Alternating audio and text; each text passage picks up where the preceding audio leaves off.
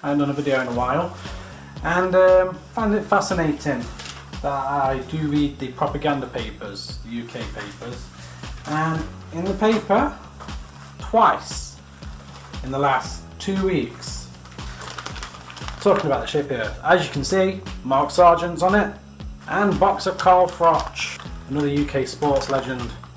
I've done my homework. I know obviously that the Earth is flat. It's a Jesuit lie. So for 5,000 years we all knew that the Earth was flat. It's only 500 years since the Jesuits and Copernicus all fabricated this story, all to do with money.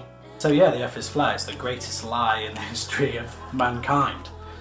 So 500 years ago, that's when obviously the Jesuits came into play. Copernicus obviously took his book on revelations of the celestial spheres, took it to Pope Paul III, and Pope Paul III took it to Galilee, who defeated Rome, and from then on, honoured by the Jesuits at the Roman College and received by Pope Paul to Isaac Newton, who conspired with the Jesuits and lies in England, to Albert Einstein, who yielded the publicity praised by the Big Bang story created by his colleagues, the Jesuit priest George Lamaitre.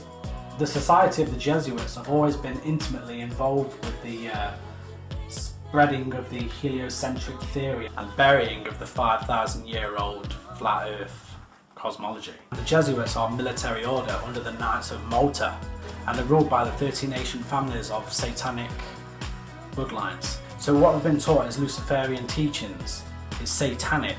And if you look at the Nicholas Copernicus, Saint Nick is the devil.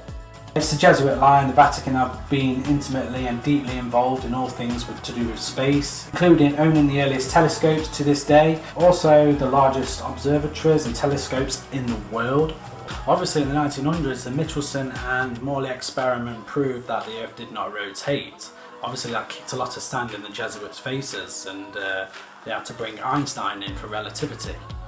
Obviously Telsa didn't like that, obviously, and he obviously simply says, "Scientists have substituted mathematics for experiments, and they wander after equation after equation and eventually build a structure which has no relation to reality." So we obviously know it's all fake, and the world is just like one big giant prison made of gold bars. Because they knew 500 years ago that there was a money market for all this spaceship. So obviously it's Luciferian teachings, it's a Jesuit lie, and for 500 years it's them that's incorporated this madness.